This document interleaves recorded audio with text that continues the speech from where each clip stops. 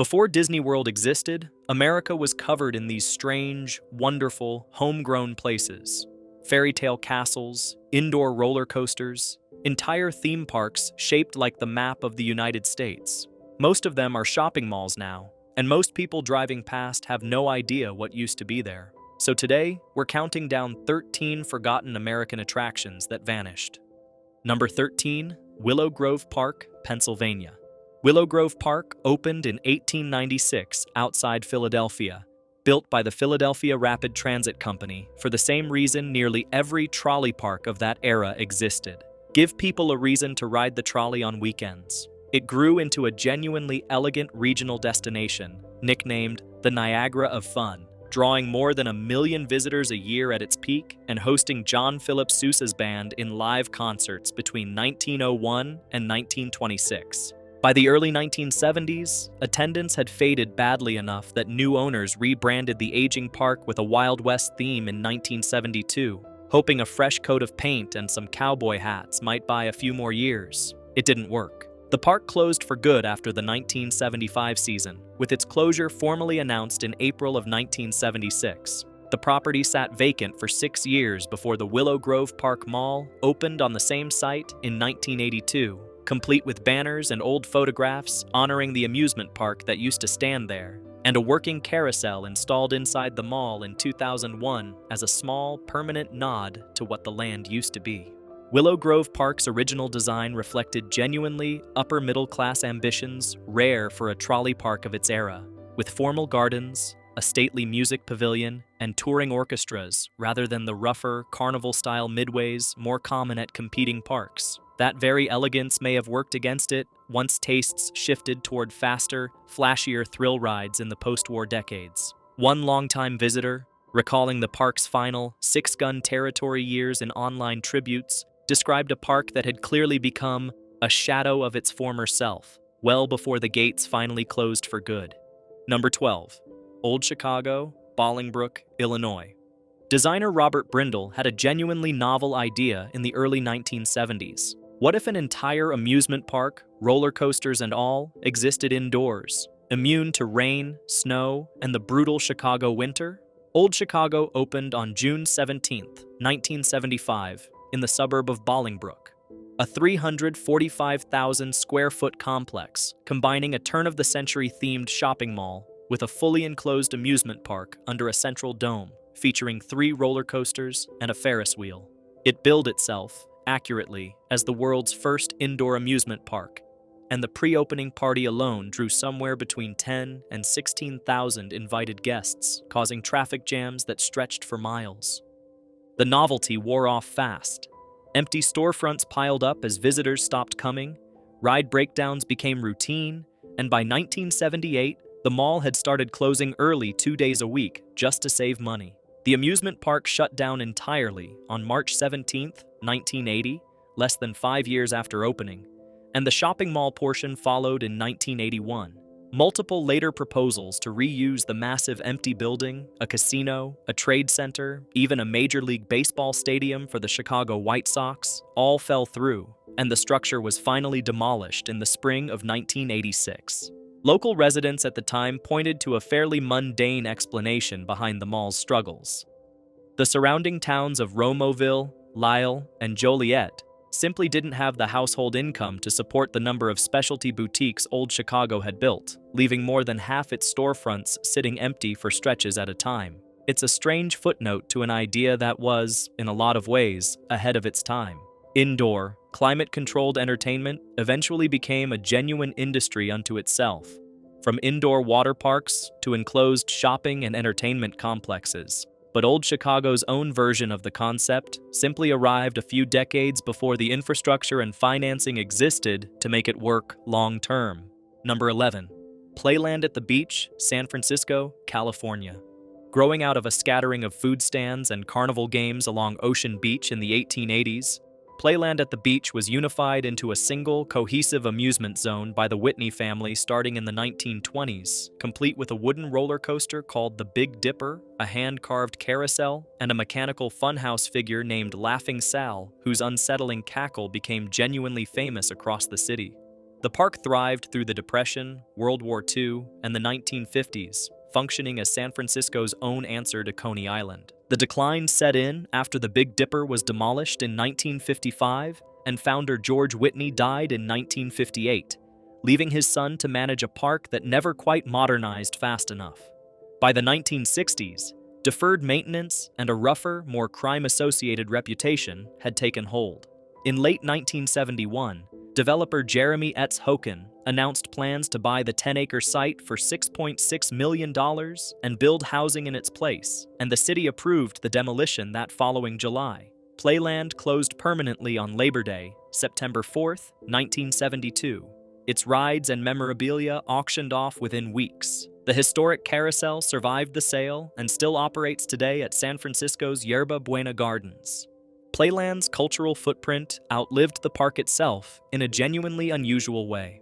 Laughing Sal, the park's cackling mechanical funhouse figure, became such an enduring piece of San Francisco folklore that multiple replicas still exist across the city today, including one at the Musée Mécanique near Fisherman's Wharf. A dedicated fan-run museum called Playland Not at the Beach opened in the East Bay town of El Chorrito in the early 2000s, specifically to house donated memorabilia from the original park, and it operated for roughly a decade before it, too, eventually closed to make way for condominiums, an odd bit of history rhyming with itself decades later. Number 10. Westview Park, Pittsburgh, Pennsylvania. T.M. Harton and Frederick Henninger opened Westview Park in 1906 as an escape from Pittsburgh's industrial smog, and under Harton family ownership it grew into one of only 2 Pittsburgh-area amusement parks, alongside its rival Kennywood, to find genuine long-term success. Its signature wooden coaster, the Dips, opened in 1910 and remained a regional favorite for decades. And Danceland, the park's dance hall, hosted major touring bands for much of the 20th century. Danceland burned to the ground in a 1973 electrical fire and was never rebuilt, a loss many longtime observers later pointed to as the beginning of the end. Consolidating local school districts meant fewer school picnic groups, historically one of the park's most reliable sources of steady attendance, and rising operating costs did the rest. Westview Park closed permanently after the 1977 season, with directors citing declining attendance and increased expenses. One woman told the Pittsburgh Post-Gazette at the time that the park honestly should have closed years ago. The abandoned ride stood untouched for several years before a fire, and final demolition cleared the site in 1980, replaced by a shopping center that still displays a carousel horse atop its sign in tribute. The park's roller coaster, the Dips, actually held real technical significance within the amusement industry, becoming one of the very first coasters built with under-friction wheel trains. A design innovation that allowed coasters to run faster and steeper without derailing, and one that influenced coaster design for decades afterward. Longtime employees and park historians have also noted that Westview's fate was closely tied to the fortunes of the surrounding North Hills community itself. As newer suburbs and shopping centers drew both families and school groups elsewhere, the park's traditional draw simply had fewer captive audiences left to serve. Number 9. Rocky Point Park, Warwick, Rhode Island. Rocky Point traces its roots to 1847, when steamship captain William Winslow began bringing Sunday school groups to a shoreline plot on Narragansett Bay for shore dinners. Over the following century and a half, it grew into New England's premier seaside amusement park, famous for its shore dinner hall, which could seat more than 4,000 diners at once serving clam cakes and chowder, and for rides like the 13-story freefall drop tower. In 1877, sitting President Rutherford B. Hayes reportedly made one of the first public telephone calls at Rocky Point, and in 1936, the park's saltwater pool hosted Olympic swimming tryouts. Financial trouble crept in during the early 1990s as the privately held ownership group struggled to keep the aging park competitive. Rocky Point closed for good after the 1995 season and filed for bankruptcy the following year, with most of its rides auctioned off to parks around the world during a rain-soaked sale that April. The land sat abandoned for nearly 2 decades before the state of Rhode Island and the city of Warwick acquired the property and reopened it in 2014 as a public walking park, preserving the original entrance arch as one of the only physical remnants of the park that once stood there. The bankruptcy proceedings drew genuine public frustration at the time, with critics accusing the park's shareholders of stripping value from the business rather than reinvesting in its upkeep during its final years. Even after the official 1995 closure, Rocky Point briefly reopened in 1996 for a farewell season, giving longtime visitors one last chance to say goodbye, and again in 1998 as a temporary Halloween-themed attraction before finally going dark for good. Rhode Islanders' attachment to the site has proven remarkably durable in the decades since. Facebook groups dedicated purely to swapping Rocky Point memories now count thousands of members, and the state park that eventually replaced the Midway still draws visitors specifically looking to walk the same shoreline their grandparents once did. Number 8. Opryland, USA, Nashville, Tennessee. Opryland, USA opened on May 27, 1972. Built to complement the new Grand Ole Opry House and marketed as the home of American music. Over the following 25 years, it grew into Nashville's single biggest tourist draw, pulling in an average of 2 million visitors annually, and, according to longtime Nashville tourism chief Butch Spiriton, essentially building the city's entire convention and tourism industry from scratch around it. What makes Opryland's ending genuinely unusual on this list is that it wasn't struggling. Former Gaylord Entertainment CEO Bud Wendell said flatly, years later, that the park was successful and profitable right up until the moment new leadership decided to close it anyway. Betting instead on a new retail concept the industry briefly called shoppertainment. Gaylord Entertainment announced in November of 1997 that Opryland would close permanently in favor of Opry Mills, an outlet mall built on the same footprint. Opryland shut its gates for the final time on December 31, 1997, after a farewell Christmas season. Company executives later publicly admitted the decision had been a mistake, particularly once online shopping began eroding outlet mall traffic just a few years later. Longtime Nashville tourism officials have consistently described Opryland's closure as one of the more genuinely regrettable decisions in the city's modern history, precisely because it happened by choice rather than necessity. Unlike nearly every other park on this list, Opryland wasn't undone by debt, urban renewal, or a rival park stealing its crowds.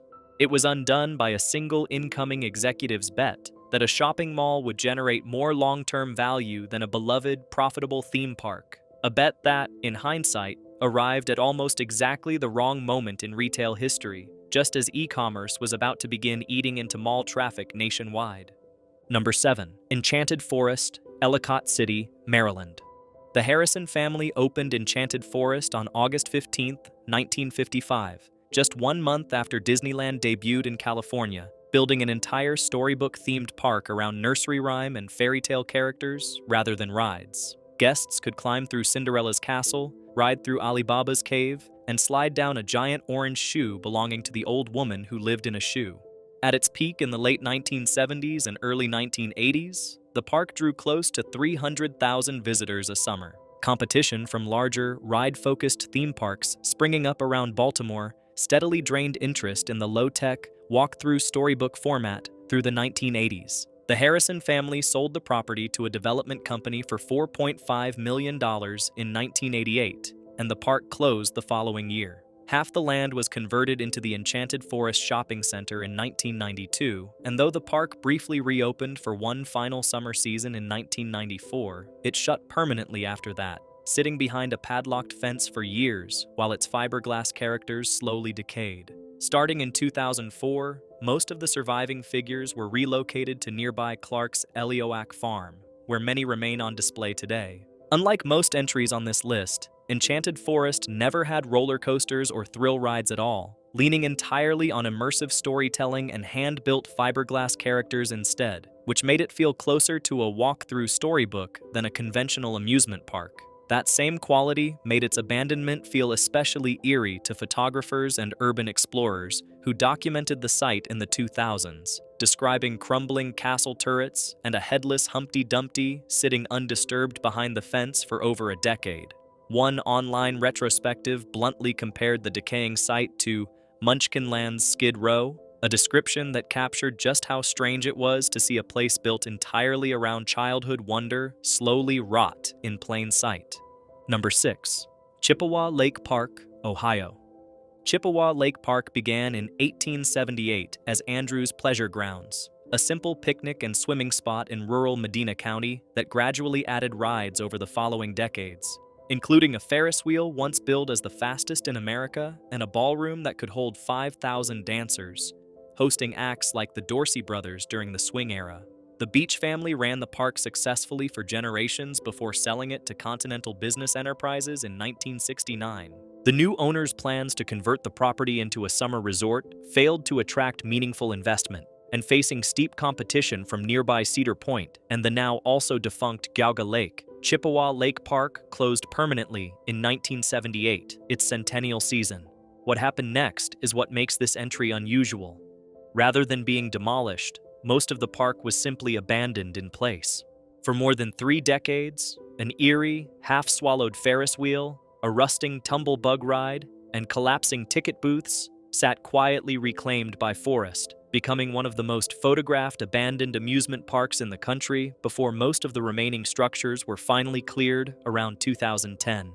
Remarkably, the park's aging wooden Ferris wheel remained standing at the site for decades after every other major structure had either collapsed or been cleared away, becoming something of an unofficial local landmark in its own right, with a tree famously growing up through its center for years before eventually being cut down.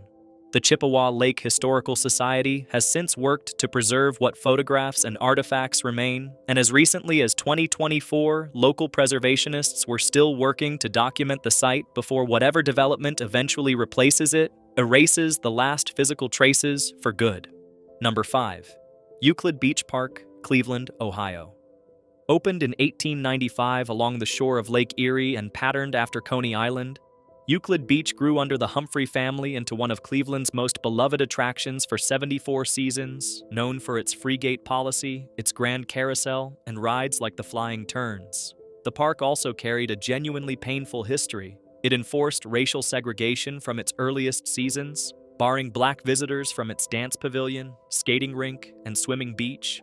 A policy that led to a violent confrontation in 1946 when Cleveland police and park security clashed during a civil rights demonstration.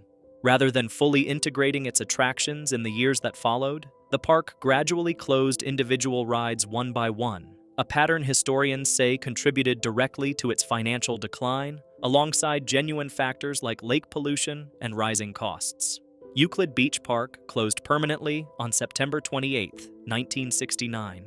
Today, the carved wooden archway that once served as the park's entrance still stands as a protected Cleveland landmark, and the park's grand carousel, sold off at closure, was eventually restored and now operates at the Cleveland History Center. The carousel's own path back to Cleveland took decades and a genuinely community-driven effort to complete. After the park closed, it was sold to a boardwalk operator in Maine and ran there until that park itself shut down in 2012.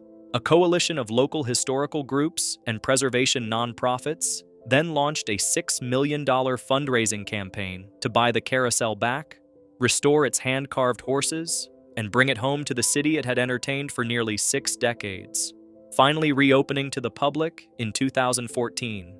It's one of the more genuinely happy endings on this entire list, a piece of a vanished amusement park that visitors can still actually ride today, just a few miles from where it originally stood. Number 4. Riverview Park, Chicago, Illinois.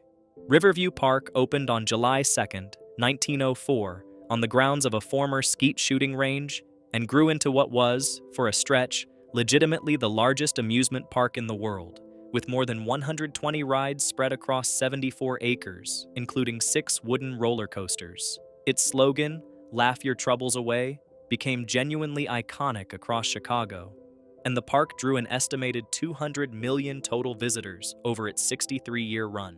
Riverview's closure in 1967 came with almost no warning. A real estate investment firm purchased the park and, according to longtime park historian Norm Cherry, the news broke on the front page of the Chicago Tribune with no advance notice and no farewell season for regulars to say goodbye to rides like the famous Bob's roller coaster. At a closing auction, none of the 50 bidders present wanted the major rides, including the Bobs, and most of Riverview's coasters were simply scrapped for parts. The park's history also carried real controversy. An offensively named dunk tank attraction operated for decades until sustained pressure from the NAACP and Chicago newspaper columnist Mike Royko finally forced the park to shut it down in the 1950s. Today, a Catholic high school, a shopping center, and a police station occupy the old grounds. Number 3. Palisades Amusement Park, New Jersey. Opened in 1898 atop the cliffs overlooking the Hudson River, Palisades. Amusement Park grew under longtime owners Irving and Jack Rosenthal into one of the most visited amusement parks in the entire country, famous for the world's largest outdoor saltwater swimming pool and for the wooden Cyclone roller coaster the Rosenthals built in 1927. A hit 1962 pop song about the park, performed by Freddie Cannon, reached number 3 on the Billboard Hot 100, cementing its place in American pop culture well beyond the New York metro area. Ironically, the park's own popularity helped doom it. Decades of overwhelming traffic and crowds frustrated the residential towns of Fort Lee and Cliffside Park, enough that local officials rezoned the land specifically to encourage high-rise apartment development instead. Irving Rosenthal, in his 70s and without children to pass the park on to, held out against developer offers for years before finally selling the 38-acre property to a Texas-based firm for $12.5 million in January of 1971, on the condition he could run one final season. Palisades Amusement Park closed for good on September 12, 1971. Luxury apartment towers occupy the site today, though a small monument still marks where the park once stood.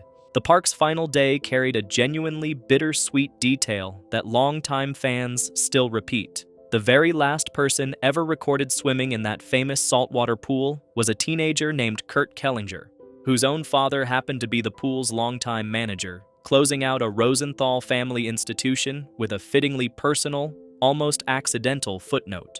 Rosenthal himself didn't get much time to reflect on the sale. He died of a heart attack at his Manhattan home a little over 2 years later, in December of 1973, having spent nearly 4 decades building and running one of the most beloved amusement parks the New York metropolitan area ever had. Number 2. Pacific Ocean Park, Santa Monica, California. Built on a pier straddling Santa Monica and Venice Beach, Pacific Ocean Park opened on July 28, 1958, explicitly designed by Hollywood set designers to compete directly with Disneyland. It actually succeeded in outperforming Disneyland on a couple of individual days early on, and its space and ocean-themed rides, including the Flight to Mars and Sea Serpent roller coaster, made it a fixture of Southern California pop culture through the early 1960s, at one point hosting the 1962 Miss Teen USA pageant. The beginning of the end came in 1965, when the city of Santa Monica launched an urban renewal project that demolished nearby buildings and closed off streets leading directly to the park, cutting attendance from over 1.6 million visitors in 1964 down to roughly 400,000 by 1966. Unpaid rent and back taxes finally caught up with the park's owners, and creditors forced Pacific Ocean Park into involuntary bankruptcy at the end of the 1967 season, with its last day of operation falling on October 6, 1967. What followed was genuinely grim. The abandoned pier sat rotting for years, catching fire repeatedly and becoming a dangerous hangout for a territorial local surfing gang, before the last remnants were finally demolished in the winter of 1973 and 1974. Number 1. Freedomland, USA, Bronx, New York. Topping this list is arguably the most ambitious failed theme park in American history. Freedomland was conceived by C.V. Wood, the same planner who helped build Disneyland before a falling out with Walt Disney pushed him out of the company. Wood designed an 85-acre park shaped like a literal map of the continental United States, with each region hosting attractions themed around real historical events. Guests could watch a recreation of the Great Chicago Fire, ride through a staged Civil War battlefield, or paddle a bullboat through the Old Northwest. It opened on June 19, 1960, to massive crowds and was immediately dubbed the Disneyland of the East. The problems started almost immediately. Freedomland cost roughly $65 million to build, and by the end of its very first season, the park already carried $8 million in debt.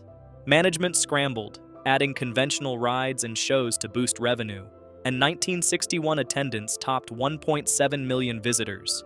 Still not enough to fix the underlying math. The final blow came from an unexpected direction.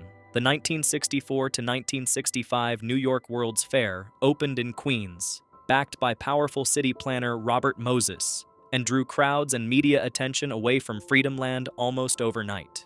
Freedomland closed permanently at the end of the 1964 season, filing for bankruptcy just days later, after only 5 seasons in operation.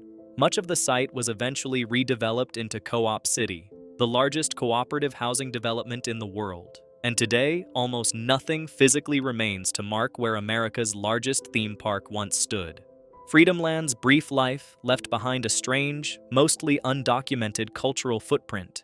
Music director Paul Laval composed original scores and even full operas for the park's various themed regions, performed live by costumed bands stationed throughout the grounds. But when the park closed in 1964, most of that sheet music and those recordings were destroyed, along with the rest of the company's records, leaving historians decades later piecing together what the park actually sounded like from scattered photographs and secondhand memories alone. Some of Freedomland's physical rides fared slightly better, sold off and relocated to other parks around the country, but the park's actual identity, an entire 205-acre theme park built in the exact shape of the continental United States, was never attempted again anywhere else. Why we keep losing them? Look across all 13 of these places, and the reasons repeat with almost eerie consistency. Bigger, better-funded competitors, whether that was Disneyland, Disney World, or simply the next town's newer park, pulled crowds away from smaller, older operations that couldn't keep pace with rising expectations. Urban renewal and rezoning quietly killed at least 3 parks on this list outright, proving that sometimes the neighborhood itself, not the park, was the real target. And in more than one case, the land these parks sat on had simply become worth more as a mall or apartment complex than it ever was as a place for people to ride a roller coaster. There's also a quieter geographic pattern worth noticing. Nearly every one of these 13 parks opened between the 1870s and the 1970s, clustered heavily around the trolley park boom of the late 1800s and early 1900s, when streetcar companies built amusement parks specifically to generate weekend ridership, and the post-war theme park boom that followed Disneyland's 1955 opening. Almost none of them survived past the late 1990s. That timing isn't a coincidence. It tracks almost exactly with the rise of the interstate highway system, the shift toward car-based suburban living, and eventually the arrival of massive, professionally run regional and national chains that smaller, family-owned parks simply couldn't match dollar for dollar once the competition went national. None of these parks failed because people stopped wanting to have fun. Freedomland drew nearly 2 million visitors in a single season it still somehow lost money on. Opryland was shut down while it was still profitable. What actually killed most of these places wasn't a lack of love from the people who visited them. It was almost always something happening several steps removed from the midway entirely. A zoning meeting, a boardroom decision, a real estate appraisal that valued dirt over dreams. If you enjoyed this look back at the attractions America built and then quietly let disappear, give this video a like and subscribe for more deep dives into the forgotten places history left behind.